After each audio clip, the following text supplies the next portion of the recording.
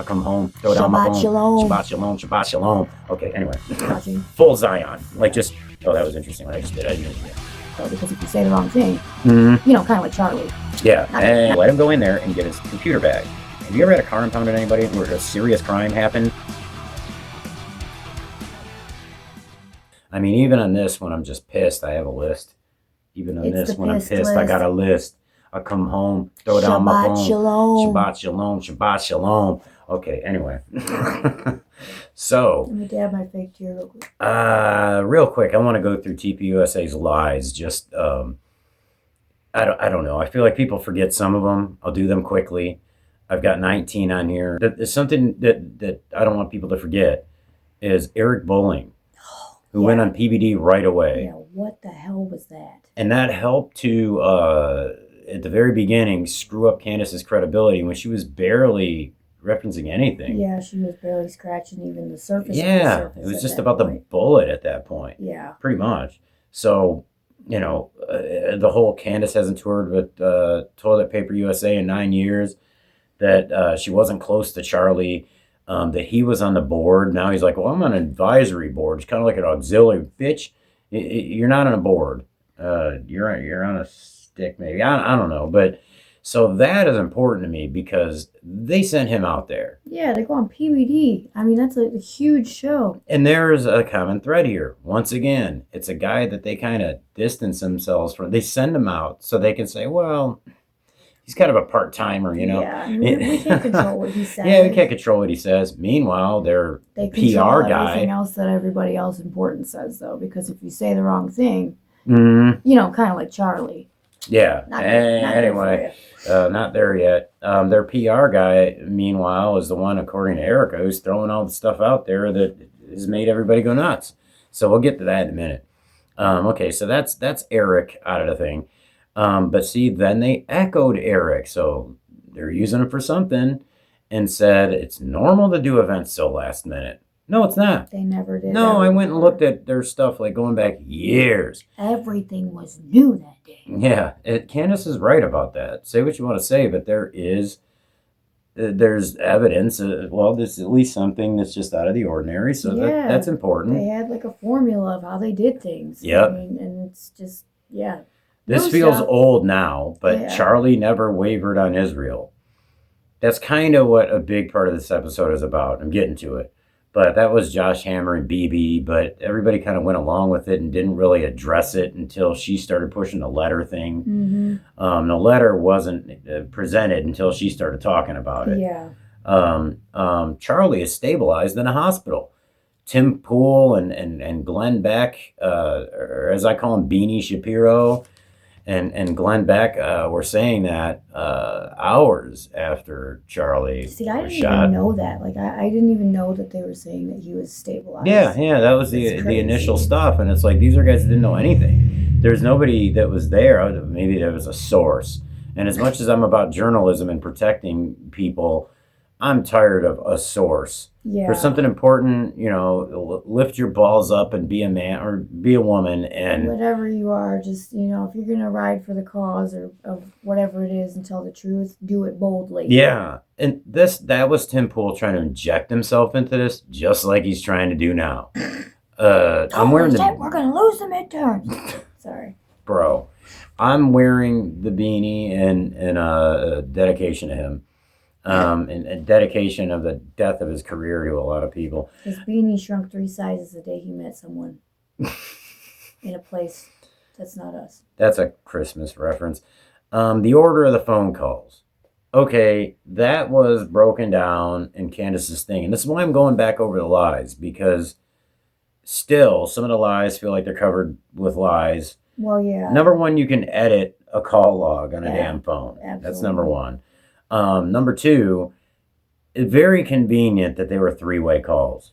All of them, right? I mean, in all honesty, when you're calling somebody to say, hey, this person you love passed away, do you say, hold on, let me get so-and-so? Yeah, I don't feel like I would be doing a conference call type thing for that. Mikey's wife was omitted, and she was the bulk of the call, like meaning she was in the 3-way call each time, essentially. So it's like, here, I have a witness with me. Like, that's what. And it's not as though she wanted her privacy protected. No, she's been vocal about Very things, vocal. So. And for some reason, it was just all omitted. I forgot I called my wife, the only one I stayed on the phone for a significantly long amount of time with other people on it, and still weird. J.D. Vance might have been there. Who knows? Oh, God. Not sure. Yeah, where was he in that in the phone call list? That's what I mean. Supposedly, he called him. See, there's so many lies, and I feel like it's on purpose. It is. They all contradict each other. It's to make our heads go like into a blender. Mm-hmm. So we lose track of what's really going on. Mm-hmm. And we talked about it in another episode that's what was happening on site, too. Yeah.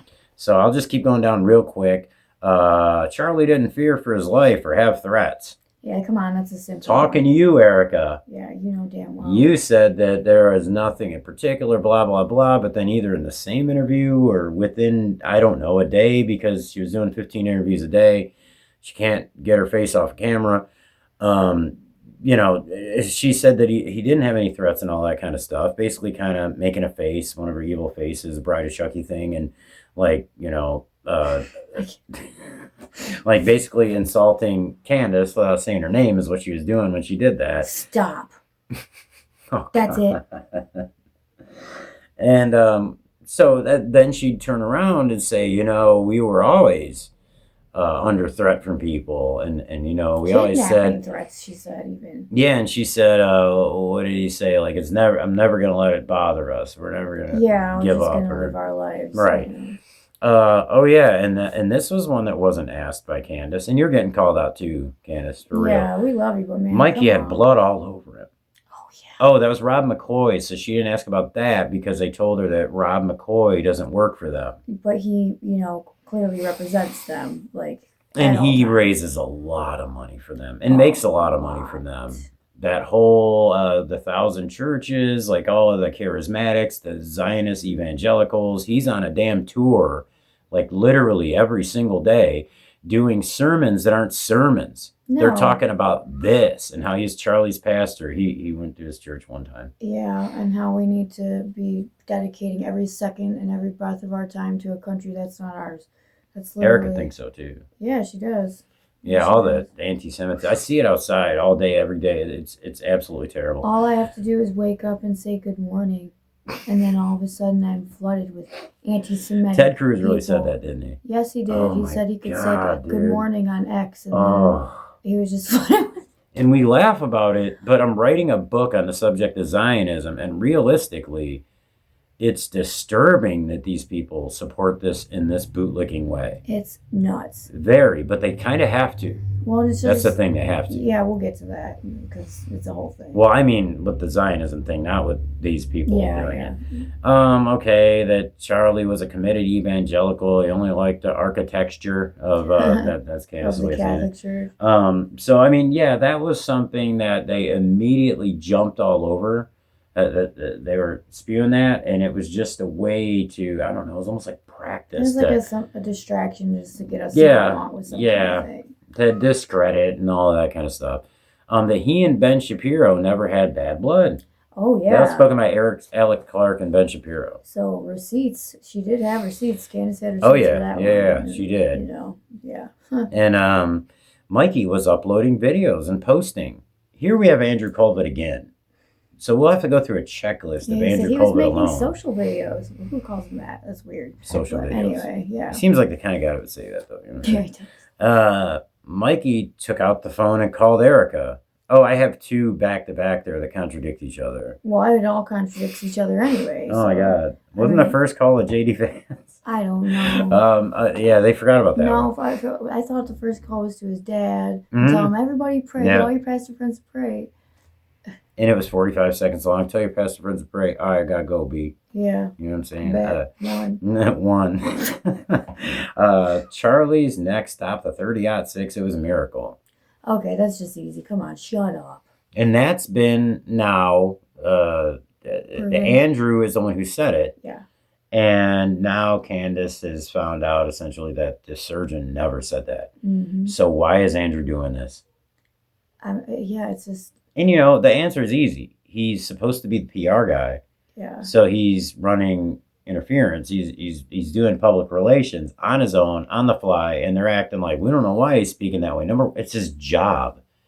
He did his job poorly, okay? But I'm pretty damn sure that over something so serious, when he screwed up the first time, I'm pretty sure that as CEO and as all the people around him, they're doing shows like every day. I'm pretty sure that you would correct him. Yeah. You tell him to be careful. Let's go have a meeting. Make sure we say the same things. Yeah. Make sure you Frank represent us Turek. right. Make sure you don't. It seems like Frank Turek's telling the truth on a lot of things.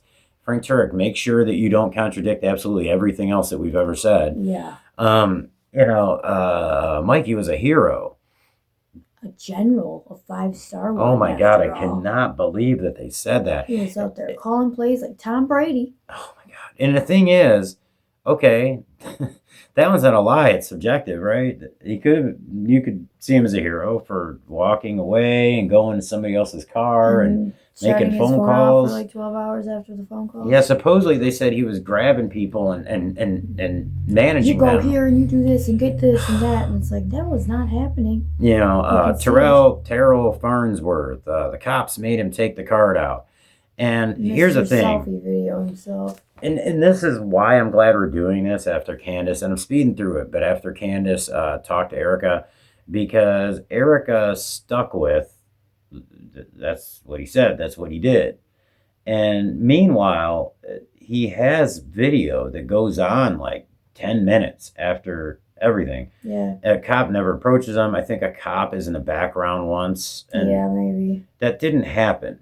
It didn't happen. And then they said that he was told, I forget the way that they said it, but it was like, they said he was told at this time, then they said he was told at that time, they said he was told on the spot. It didn't happen. Security's always been the same guys. Except they were new that day. Oh, they weren't. Dude, it was my God. The whole thing is, what's his name? Harpole basically had a mutiny. Mm-hmm, where his own company. Yeah, and some of the same guys, some not. And that's the thing. So you have Harpole go on an interview with Sean Ryan, the CIA guy. Yeah. Out of everybody you could pick, you pick that guy. You're both friends of the fuzz, as we used to call it in the street. The fuzz. But the thing is he contradicted things like 15 times. Frank Turek, and now Frank Turek supposedly said that. So the car that Charlie was in, the SUV, the cops had it. They were searching it, doing what they do, collecting evidence. And a few hours later, Frank Turek, he had to sit there and wait. He said, not that I wasn't going to wait, but he had to sit there and wait to get his computer bag because I had his wallet and I think his house keys, or at least his wallet in it. Mm. So he said that day they let him go in there. I mean, I guess they're standing right there, but they let him go in there and get his computer bag. Have you ever had a car impounded on anybody where a serious crime happened? Well, not mine wasn't for that. Not serious, that serious. but, I mean, not somebody getting assassinated, but exactly. But they do not like to let you get anything No. out of it until they search it. And especially when there's blood on stuff. Oh, yeah. Now we know there was because we saw the pictures, and that was allegedly where his bag was sitting. Actually, I don't know if that's his bag in the picture, but it doesn't matter. That's where they said it was. Yeah. Would have been under whatever that article of clothing is. And then, but this is the killer part, as they say, literally and figuratively. There was his necklace sitting on top of Frank Turek's computer bag. Oh, Charlie's necklace? Yeah. Yeah. And so the cop says, yeah, we've been asked to look for that. We've been looking for that. And Frank says, I'll take it. So they let Frank take it. Dude, he was wearing that when he got shot. Mm-hmm. And arguably, wait a minute, is that the one that got broke by the bullet? I don't honestly know. Don't know. I think doesn't he matter. Two on. I'm not sure. Yeah, it doesn't matter though. He was wearing it when he got shot. That's evidence. Yeah. Period. And there's other stories about how Erika acquired the necklace and all this stuff that are all just Now Frank got it. I almost want to say they said the amazing Mikey McCoy got it before, but that could be wrong. That's the magnificent. The magnificent, amazing. So the point is, we know that these people have obviously contradicted each other a million times. Like, this is just the start of it. And so what they did was, Rob McCoy, he's never worked for us. So they distanced themselves there.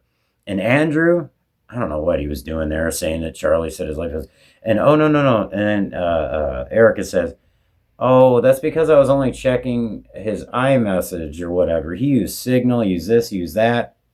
Seriously? Like, are we being for real right now? Like, oh, I didn't check the other apps. Meanwhile, why the fuck don't the cops have that phone? Yeah, no shit. I mean, a lot of this stuff falls on the cops, but the fact that they're going back on their own thing constantly. Oh, I skipped one. An audit is totally a normal thing. Yeah, okay. It is. It is, but not this one. This He was wanted a Doge audit. Yes, he wanted a Doge audit. A different thing. Now we know why. Yeah. Shout out to Wolves in Finance because that guy's on top of it. And boy, oh boy. Sketchy ass taxes. If your taxes for this store look anything like that, we're going. Thank you. Let's move to Costa Rica. No, moving to Qatar. You know what? Qatar's looking okay lately. Yeah, we'll talk about that another time. So anyways, that was all a big, long-ass opening. And I get weird with some of this stuff because I feel like everybody's watching every step of it like I am. But meanwhile, I know some of that's useful for people. Yeah. And I should have explained maybe who Harpole is and stuff like that. But the fact of the matter is... if you're watching this stuff, then you know who these people are probably at this point. And here's something that no one's saying for some reason. Baron, actually, and maybe Ian too. So I'll give it to them. But as far as my team, my Turning Point team. Okay. So everybody that Candace called out in her many episodes, making herself rich off of blood of the blood of Charlie Kirk. I despise it. I do too, because it's inaccurate. It's just, but everybody she called out as part of Erika's team happens to be the members of the team that Erika is now throwing under the bus.